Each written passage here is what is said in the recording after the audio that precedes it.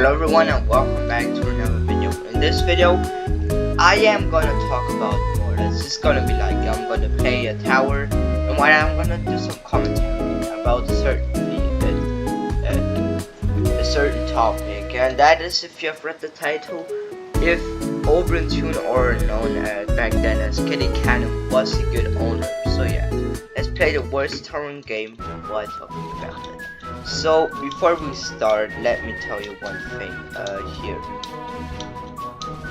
I did not play Ito in the Kato era, so I am not an OG player. I know some stuff, I know some things about Kato and stuff like that, but I was not there. Okay, I'm a new player. Next, also I wanted to say is, yeah, I won't be talking to any of the older players in the community right now. At least I did not plan for this video to do so. Just because, how did I put that? Just because I don't want to like bother them and stuff like that. So, and I mean, I want to get this video fast. So yeah, I'm just gonna put my own opinions into this, and yeah, I might make a part 2 to either like talking about Jakarta, or talking more about ObrenTune. So yeah, let's start. So I will be like seeing how good ObrenTune was of an owner by comparing them to the other owners that Ito had, like for example Gamator, Jakarta, and Journalist. With that, I'm also gonna test my about the towers, how fast updates came out, and what their quality were. So yeah, let's just begin. So everything started in 2018 when ObrenTune made the game.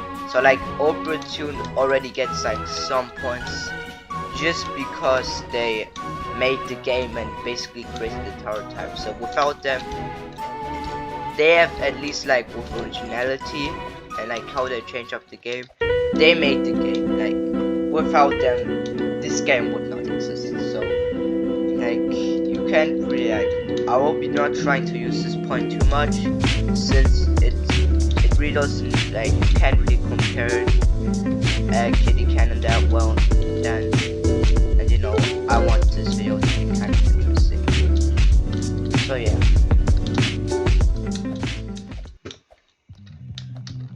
Let's see. So I'm gonna. Why did I turn off? Anyways, so ObrenTune, basically, I'm gonna first of all talk about the tower today. I'm gonna go into chronological order. Okay, so Tower Fake was made. It was the first tower.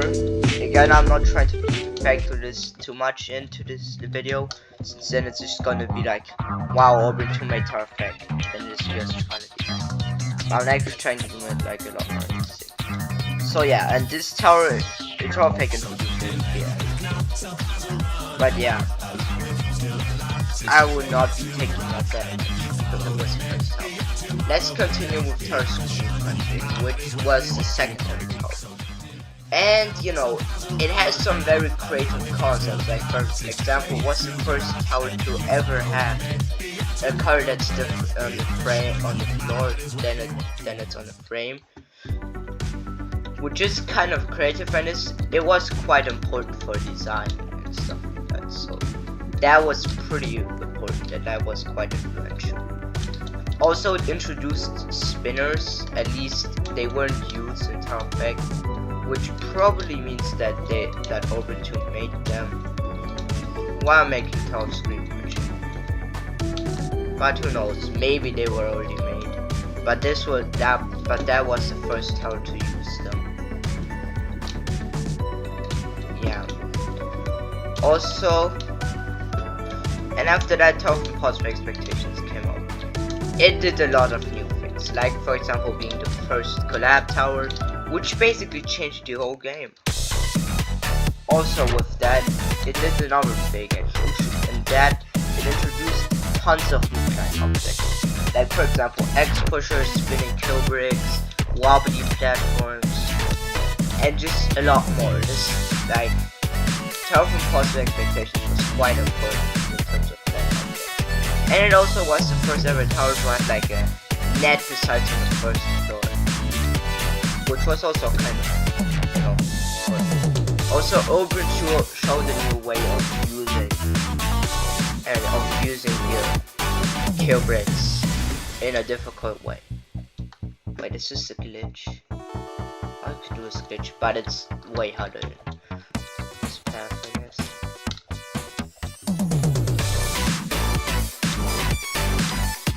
And yeah, ObrenTune basically like made Terraform Positive Expectations. But you like, I can't give them full credit just because Awesome Cool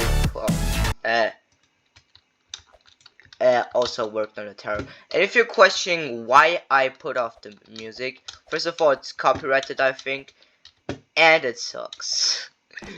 So yeah, I'm not gonna play that. Okay.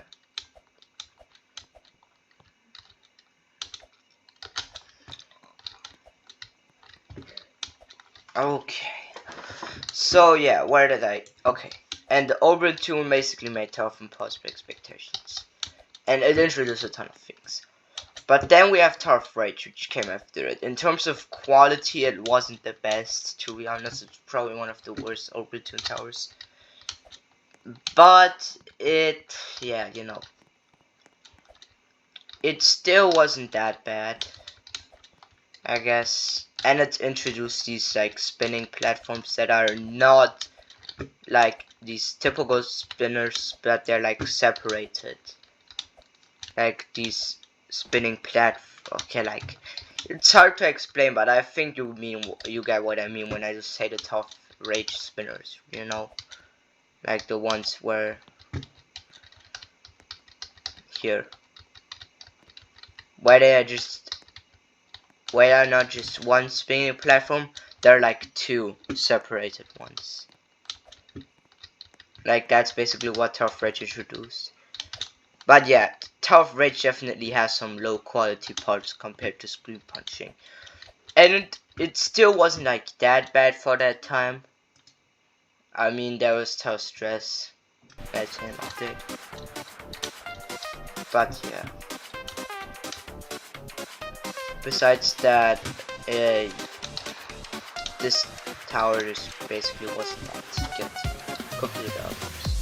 It still wasn't that bad, and it had the first inside the frame soft lock.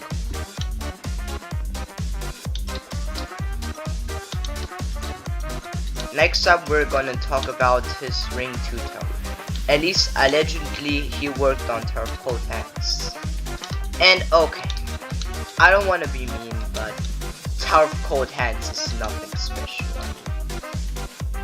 It's just your most typical classic tower. It's just short, basically. It introduces nothing new, basically. So like, it isn't really that new. And the only like kind of creative thing was like, were like these spinning row platforms, like these cylinder row platforms. I think they were. Yeah, but besides that, like it was basically not good.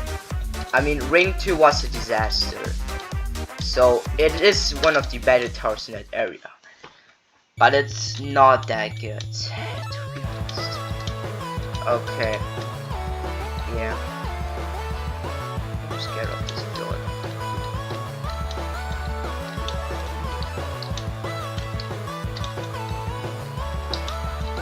Bless yourself that I don't fail this.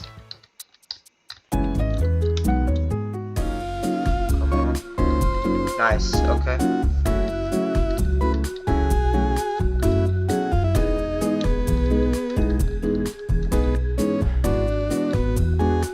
Anyway, you know, after that in Ring 3, ObrenTune made Turf Wall Hugging. And that tower is, you know, the frame is cool, the gameplay is actually pretty good. And it's definitely one of the best towers in Ring 3, in my opinion, even the best, besides Cold Hat. Which is, you know, kind of, maybe I'm glazing. I love it. Oh my god, I thought this was not flash.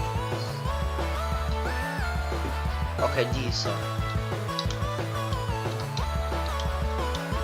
And yeah, basically, Turf Warhogging was a pretty good tower.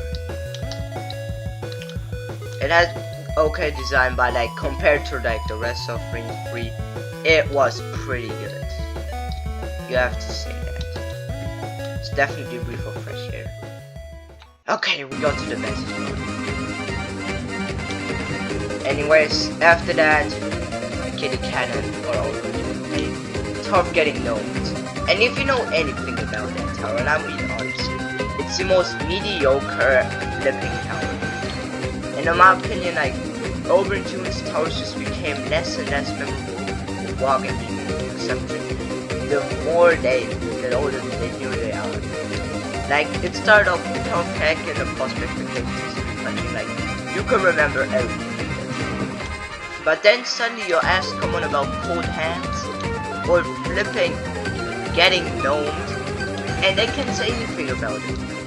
It's just like a mediocre design tower, like, you know, these in Ring 6, how they are right there, like these design towers, and not any other.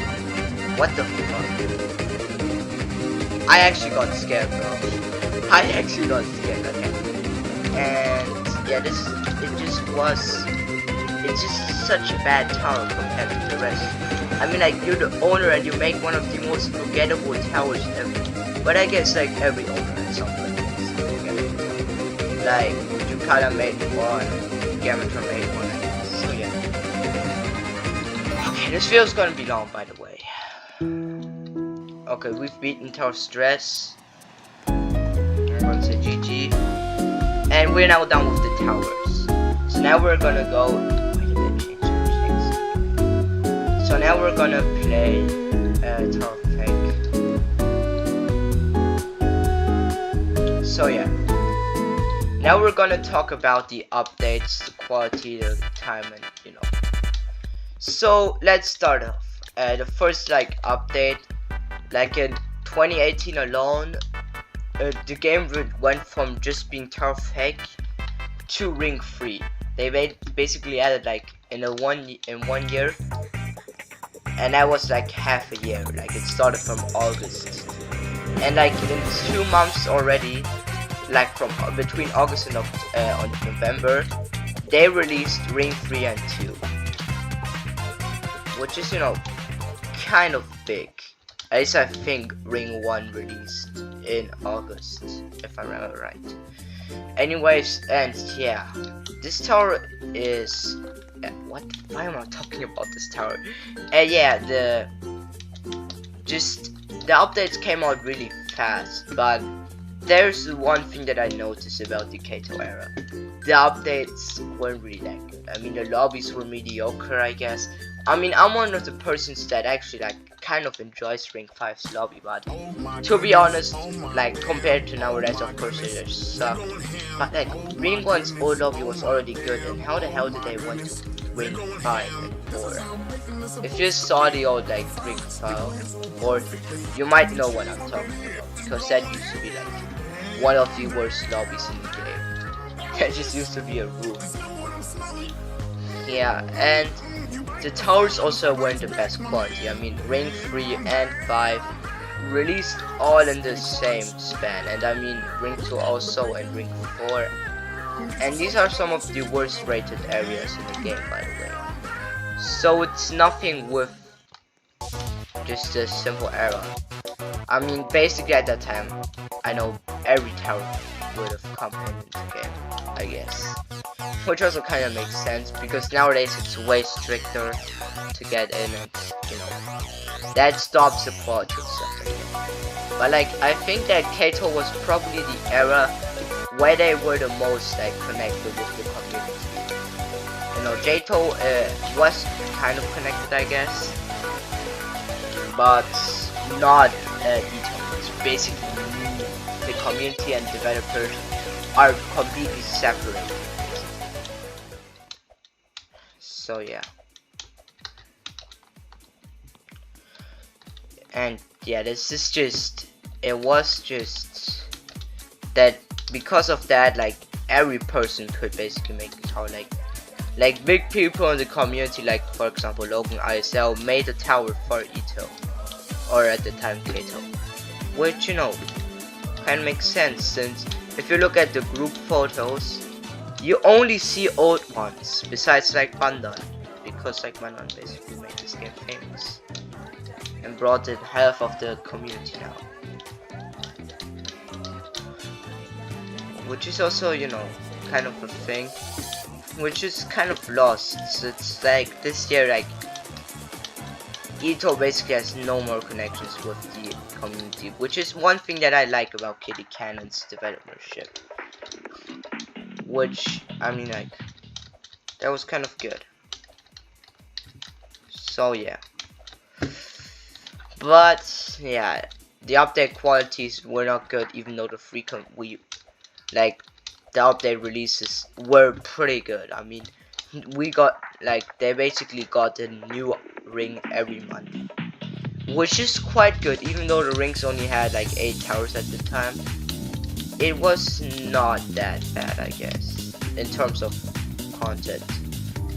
I'm gonna be honest, like, the lobbies weren't that bad. I mean, I kind of like these OG lobbies, but of course you could call these phases. And Ring 2's old lobbies basically just Ring 1 battleground, which is I guess not the best thing. But yeah. So let's continue with another point, and that is the end of Kato. Since we're also slowly at the end of this game. Wait a second. What can I talk about more? Could say ObrenTune was a good owner.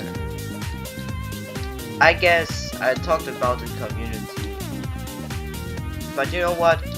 Let's talk about the developers for a second, okay? This is also gonna make a lot more sense with my title for this video. And that is just, you know, like the OG free developers back then, and like when Town Screw Punching and Prospect Spectators released, were Ice and Sword, Awesome Cool Pop, and ObrenTune. So Awesome Cool Pop worked on Turf and Prospect Spectators, and I think that they were a scripter, which means that I basically like scripted all of the timer and stuff like that. So that's kind of cool, I guess. Like which is like Awesome Cool Pop also was pretty important in Prospect. Then we have Ice and Sword with, I think that they were a moderator. At least I think that. I think like I saw that. They were credited as moderator.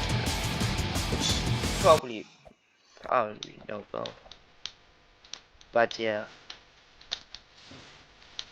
I guess Ice and Sword was a moderator at the time of Kato. In the early time, of course, since after that there came some ones. So yeah, I guess Ice and Sword, like they made also good towers, like for example, Tower Cable. Also some not so good ones, I guess, like Stone Classic is not that good. I haven't seen like most of the tower, but I've all jumped like the first 2 first. That's good, to be honest. But I mean, it's a kata. How the hell do you know the good kata stuff?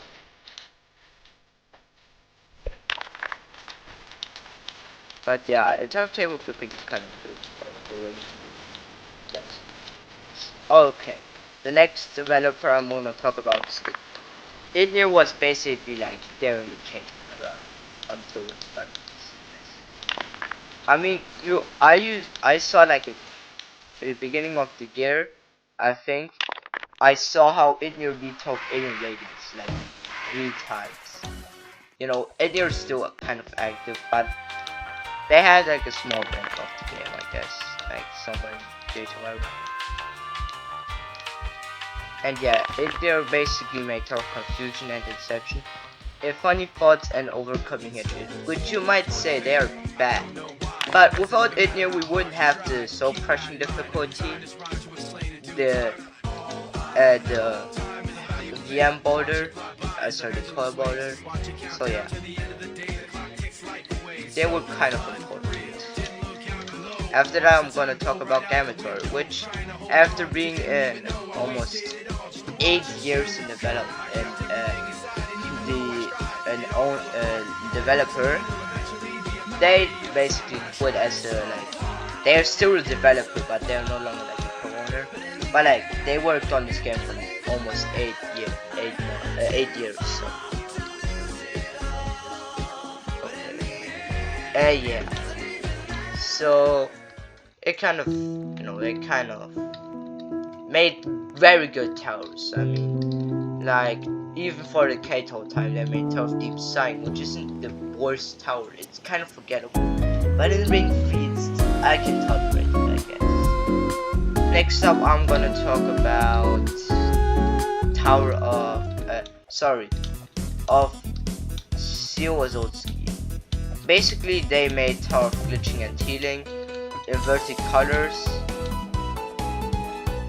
and there are a lot more. For example, here, what is it called? Why am I so confused? They made almost like 3 towers in Ring 5. Also, Tower of Linophobia, I guess. A ton of towers, basically. I think they made almost 20 towers. Also, the first Kata that got that still in game, because Stone is in the game. In the main game, Kata. Which kind of makes sense, I guess. And also, but I think that's all the big development. How the hell did I fail? Yeah. This is basically the big developers of the time. Of course, there were a lot more, I think, but it still is getting too long. So yeah. But then at some time in Ring 6 development, it was not that good. I guess there was some drama, which is also why Ring 6 came out very late for that time compared to the rest of the updates. It was out to that point the era that took the longest to develop, since you can't basically say Ring 1 took 2 to 12 years, but that doesn't really make sense. It used to just be fake. So yeah. Yeah, this tower and I'm playing shit. Yeah, basically it was a good time, I guess, and many people have nostalgia for it. As you can see, there are a ton of fan games of Kato. But yeah. Now let me go to the final point. As I said, Ring 6 development was basically in hell. I mean, Tower of Infernus galore, the final tower of the Dream Trilogy should get in, but then Impossible Movement came, but I guess both were a good pick. Ring 6 was a disaster, and I mean, I don't even have to explain to anyone.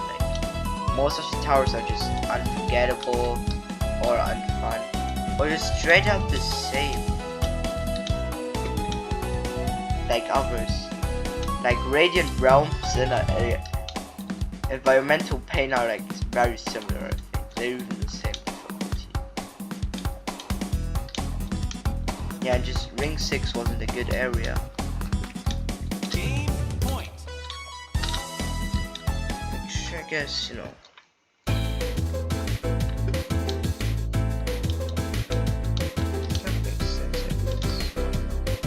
But yeah, Ring 6 somewhere in Ring 6 to 5's development, I guess. ObrenTune just had a problem with it. There was some kind of controversy between ObrenTune and some devs. So yeah, to end this video, ObrenTune was, and in terms of like updates, time and stuff like that, they were good, but they were quite rushed, I guess. But that was mostly just due to the towers and all. The game worked fine, I guess, and the community was well connected. But at one point, Kato lived too good, and because, as I said earlier, there was some drama between the Death and Kitty Cannon, ObrenTune decided to delete the game. Which brings us now to the point where you can say that no, ObrenTune wasn't a good developer, since at least the trailer list doesn't delete the game on a random Sunday. Yeah, it was a pretty bad time, I guess. Luckily, Jucala came and made the game. We made J-To, which was not that bad. Oh yeah, right. Jucala was a developer too, for Kato. But yeah, I guess to find out more about the development history, you're gonna have to see part 2. Surround the rope sound effects. Yeah, that was one of the worst endings that I have to do. But yeah, ObrenTune was an okay developer. Like in certain points, they were definitely better than others. But in general, the update quality wasn't that good, and it just got randomly deleted. Which, if that would not happen, and just ObrenTune said, "I don't want to work on this game anymore," Jucala or some other developer, you can take the video. Wait the no way that they took the Psycho's remix that I listened to a few days. No way, bro. That's the Psycho's remix. That's crazy. Yo, I love this joke. It's like, I mean, I agree it has some similarities for better or worse. I'm actually kind of surprised at that. Yeah, I've been playing a lot of Geometry Dash days, so yeah, I'm kind of a fan now. I mean, and if you're wondering what my hardest is, it's Flutter Farm or Demon Taurus. It's my first. But I'm grinding Electrodynamics and Cloud Step right now, so I might expect them to decrease soon. Wait a second. Yeah, but basically there's nothing more to say about Kitty Cat. I'm gonna play Star to the end, but yeah, this video is basically. See you next time, and bye. And yeah, next video in the series, I'm gonna talk about how Jucala was how good of an owner he was. At least in like the early times, I guess. So yeah, see you next time, and bye.